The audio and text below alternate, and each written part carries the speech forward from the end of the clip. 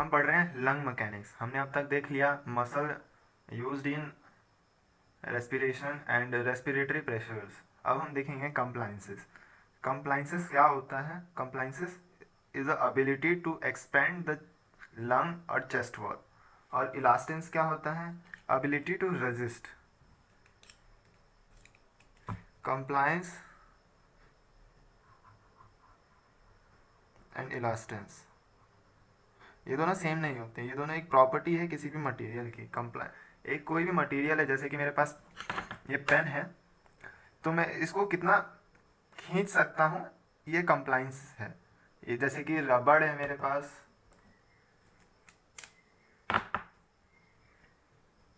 ये रबड़ है, ये भी एक कोई मटेरियल है, इसको मैं कितना खींच सकता हूँ, ये इसकी कंप्लाइंस बताती है। लेकिन ये कितना रेजिस्ट करता है, वो ये इलास्टेंस है। जैसे कि मेरे पास ये दो मटेरियल है, एक ये पेन और एक ये रबड़। इसमें कंप्लायंस इसमें ज़्यादा है क्योंकि ये एक्सपेंड हो रही है, लेकिन ये एक्सपेंड नहीं हो रही है, तो इसमें इलास्टेंस ज़्यादा है इसके कंपैरिजन में। तो वैसे ही हम एक एग्जांपल लेंगे। मेरे पास दो ऑब्जेक्ट है,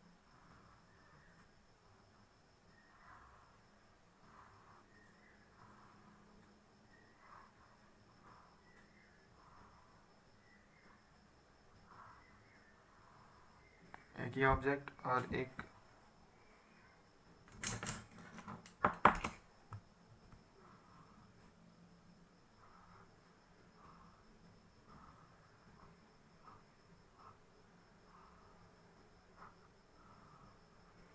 ये ऑब्जेक्ट। ये दो ऑब्जेक्ट है। इलास्टेंस को डिफाइन करने के लिए या इलास्टेंस बताने के लिए किसी भी ऑब्जेक्ट में मटेरियल होता है इलास्टिक मटेरियल। वो इसमें जैसे वो इलास्टिक मटेरियल इस वाले में, जैसे इसका नाम दे दिया ए और यह है बी, तो ए मटेरियल में वो इलास्टिक मटेरियल जो कि इस मटेरियल की इलास्टेंस डिफाइन करेगी वो ज़्यादा है, क्योंकि इसका साइज़ भी बड़ा है इस बी के कंपैरिजन में, और इस बी मटेरियल में इलास्टिक मटेरियल कम है। तो जो इलास्टिक फोर्स है ए वाले ऑब्जेक्ट में वो भी ज़्यादा लगेगी कंपेयर टू बी में।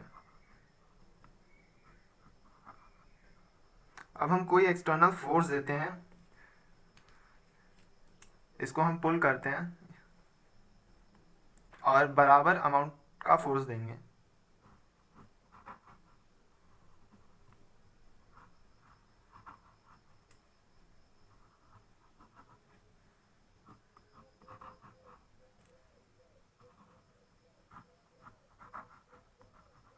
एक फिक्स्ड अमाउंट में या क्वांटिटी में हमने ये एक्सटर्नल फोर्स अप्लाई किया है।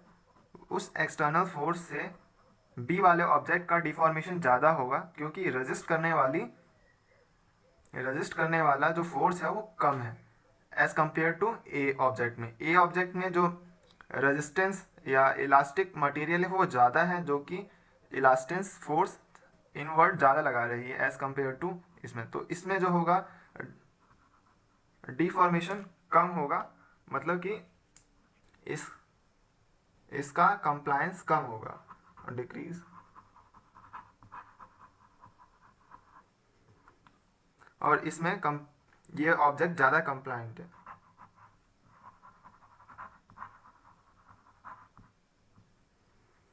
इसमें जो इलास्टेंस है वो इलास्टेंस इसमें ज़्यादा था, और इसमें इलास्टेंस कम है।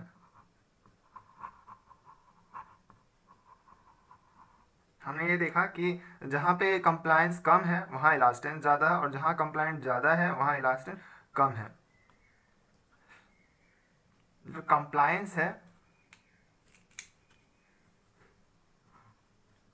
उसका एक मैथमेटिकल फॉर्मूला है, change in volume upon change in pressure. यहाँ पे प्रेशर ट्रांसम्यूरल प्रेशर है अक्रॉस द वॉल, और इलास्टेंस है इसी का उल्टा, change in pressure upon change in volume. Compliance क्या है? वॉल्यूम और प्रेशर का रिलेशनशिप। ऐसे ही लंग में होता है, लंग के साथ लंग की भी अपनी एक प्रॉपर्टी होती है, इलास्टिक प्रॉपर्टी, उसमें भी इलास्टेंस होता है और लंग भी कंप्लायंट होता है। जो लंग का इलास्टेंस है वो डिफाइन करेगा लंग के अंदर का टिश्यू, जैसे कि कोलेजन, फिब्रिन और इलास्टिन।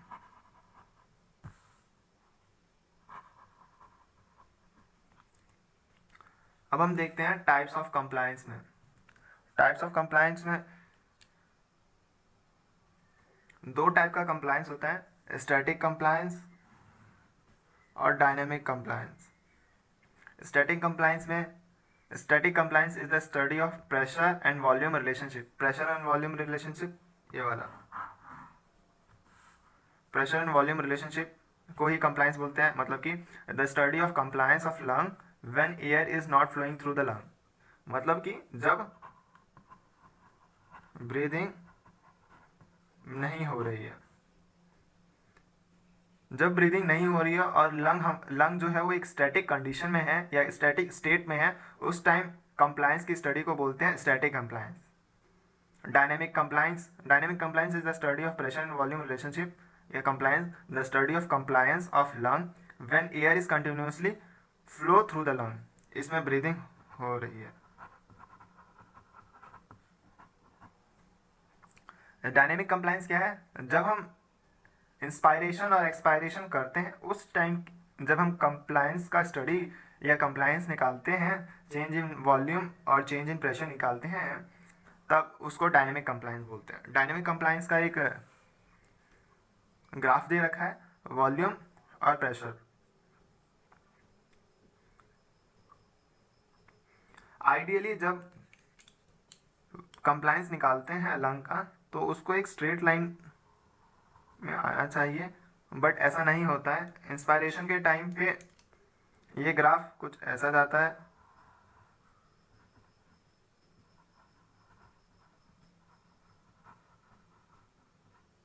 और एक्सपायरेशन के टाइम पे ये ग्राफ ऐसा आता है।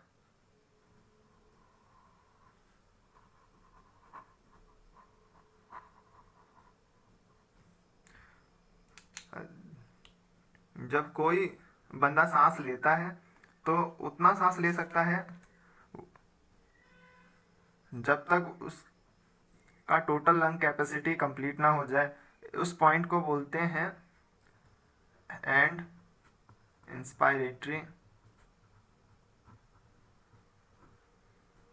वॉल्यूम।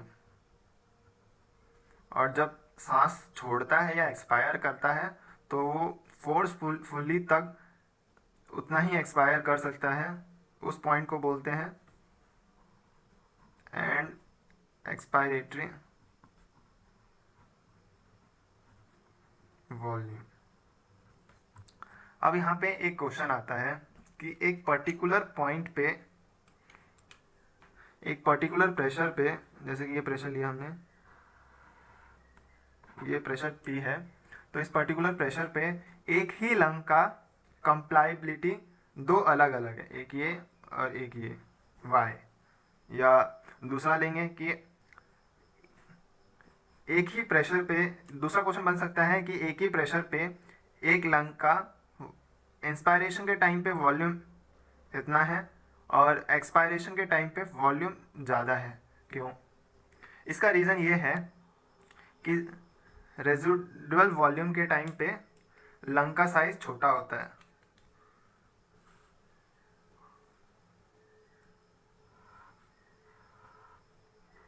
ये एक लंग है, किस स्टेट पे? Residual volume. लंग का साइज छोटा होता है तो उसके अंदर जो एल्वोलाई है उसका साइज भी छोटा होगा। एल्वोलाई में फ्लूइड प्रेजेंट होता है, एल्वोलाई में फ्लूइड प्रेजेंट होता है और ये फ्लूइड स्टिकी होते हैं, मतलब कि एक एल्वोलाई में फ्लूइड प्रेजेंट है तो इनका जो इंटरमॉलिक्यूलर फोर्स है वो अभी ज़्यादा है, हाई है।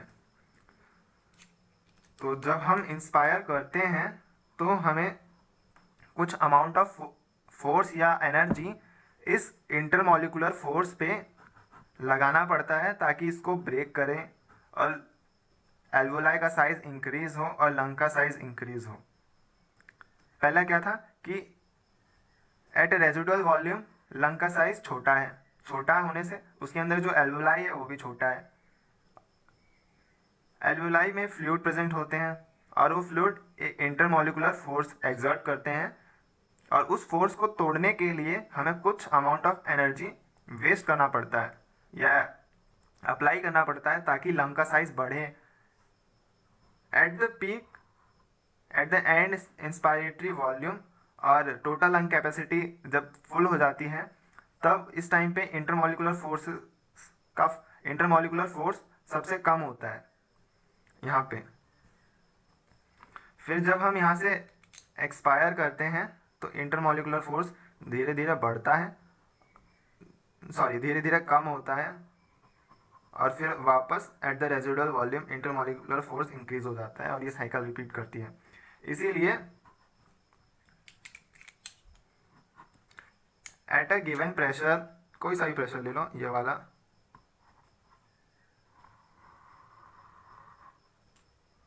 जो वॉल्यूम है वो चेंजेस है वॉल्यूम में। आइडियली लंग को ऐसा मूव करना चाहिए स्ट्रेट लाइन में कि P1 पे प्रेशर इतना ही हो और P2 पे भी प्रेशर इतना ही हो, चाहे वो इंस्पायरेशन के टाइम पे हो या एक्सपायरेशन के टाइम पे हो। नहीं तो ऐसा भी हो सकता है कि आइडियली इंस्पायरेशन के टाइम पे ग्राफ ऐसा जाए और एक्सपायरेशन के टाइम पे भी ग्राफ ऐसा आए, लेकिन ऐसा नहीं होता। और ना ही जब एक्सपायरेशन के टाइम पे ग्राफ ऐसा ही आया और इंस्पायरेशन के टाइम पे ग्राफ ऐसा ही आया, ये तो हो ही नहीं सकता क्योंकि इंटरमॉलिक्यूलर फोर्सेस की वजह से।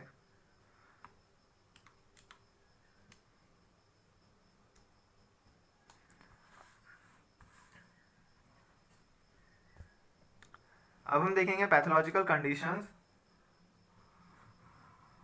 विच अल्टर द कंप्लायंसेस।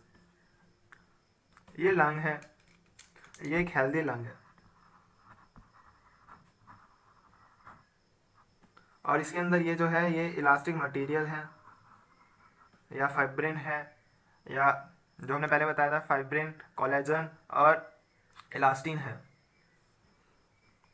इसका कंप्लायंसेस चेंज होता है पैथोलॉजिकली किसी डिजीज की वजह से। तो हम देखते हैं कि हमने एक स्ट्रक्चर उठाया है एल्वोलाई का। एल्वोलाई में ये इलास्टिन है,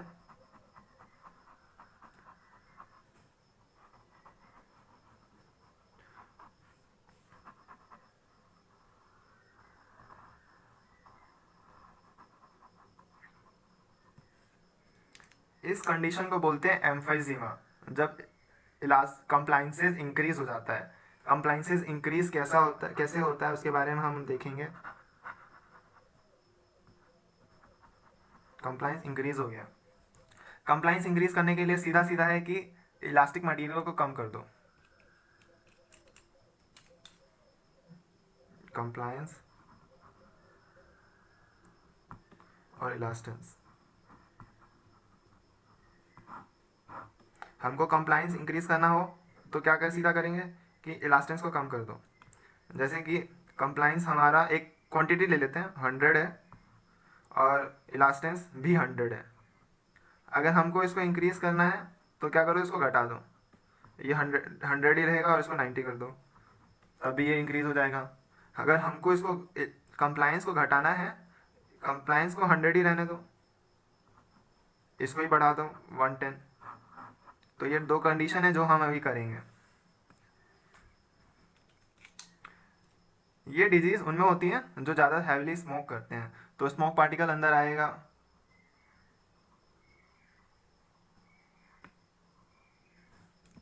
स्मोक को इंगल्फ करने के लिए या मारने के लिए यहाँ पर मैक्रोफेजेस प्रेजेंट होते हैं। क्या है? मैक्रोफेजेस। अब ये जो मैक्रोफेज है वो क्या रिलीज करते हैं? इलास्टेज।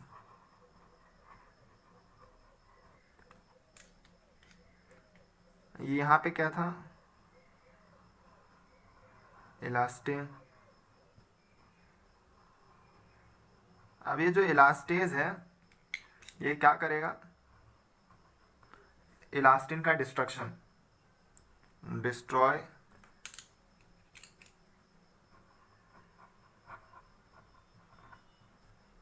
इलास्टिन।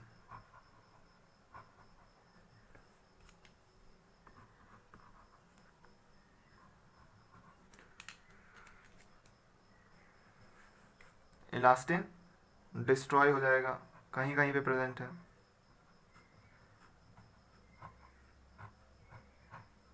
इलास्टिन के डिस्ट्रॉय होते ही क्या होगा? जो एल्वुलाई का साइज है वो इंक्रीज हो गया है, क्योंकि एल्वुलाई का साइज डिक्रीज रखने के लिए, कंट्रोल में रखने के लिए इस इलास्टिन रिस्पॉन्सिबल होता है। यह है इलास्टिन। इलास्टिन रिस्पॉन्सिबल होता है। तो अभी एल्वुलाई का साइज इंक्रीज हो गया है। एल्वुलाई का साइज इंक्रीज होने से क्या होगा? जो लंग का साइज है, ये ओरिजिनल लंग का साइज है, हेल्दी लंग का साइज है ये हमारा। तो अभी जो एम्फाइसेमेटिक या एम्फाइसेमेटस लंग का जो साइज है वो इंक्रीज हो गया है। और इंक्रीज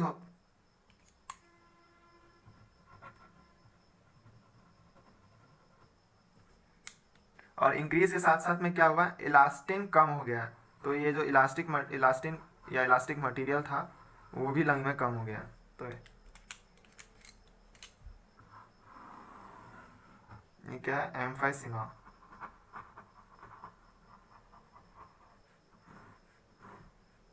और ये एम्फाइसेमेटस।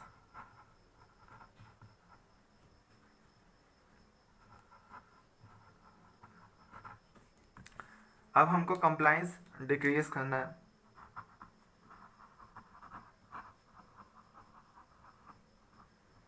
कंप्लाइंस डिक्रीज करने के लिए क्या था कि इलास्टिन्स को इंक्रीज कर दो। तो लंग में क्रॉनिक इन्फ्लेमेशन होता है, क्रॉनिक इन्फ्लेमेशन। और क्रॉनिक इन्फ्लेमेशन इरिटेट करता है फाइब्रोसाइट को कि वो ज़्यादा से ज़्यादा अमाउंट में फाइब्रोब्लास्ट बनाए। और फाइब्रोब्लास्ट प्रोड्यूस करता है कोलेजन। क्रॉनिक इन्फ्लेमेशन से फाइब्रोब्लास्ट ज़्यादा कोलेजन प्रोड्यूस करेंगे और ये कोलेजन लंग्स में एक्यूमुलेट होते रहते हैं और लंग को हैवी बना देते हैं। अब हमारे लंग में ज़्यादा से ज़्यादा कोलेजन प्रेजेंट है। और कोलेजन क्या है? एक तरह का अब एक प्रॉपर्टी है कोलेजन जो प्रोड्यूस करता है वो इलास्टिन्स। तो जो लंग बनेगा यहाँ पे, अब जब लंग में सब ज़्यादा से ज़्यादा कोलेजन प्रेजेंट है, तो लंग का जो साइज है वो छोटा हो जाएगा।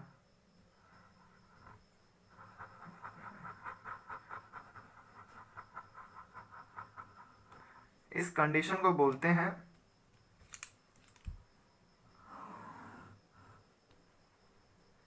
Fibrotic lung disease.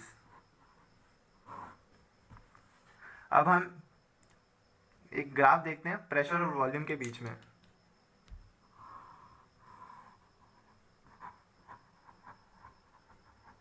प्रेशर,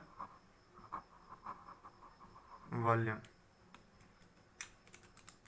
ये हमारा क्या था? सॉरी, ये यहाँ से स्टार्ट नहीं हुआ क्योंकि यहाँ पे रेजिडुअल वॉल्यूम है, तो ये यहाँ से स्टार्ट होगा।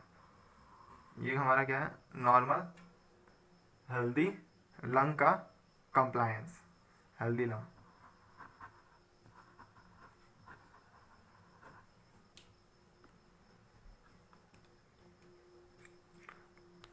एम्फाइसीमा में क्या हो रहा था?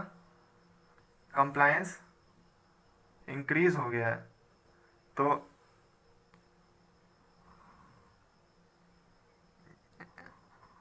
एम्फाइसीमा,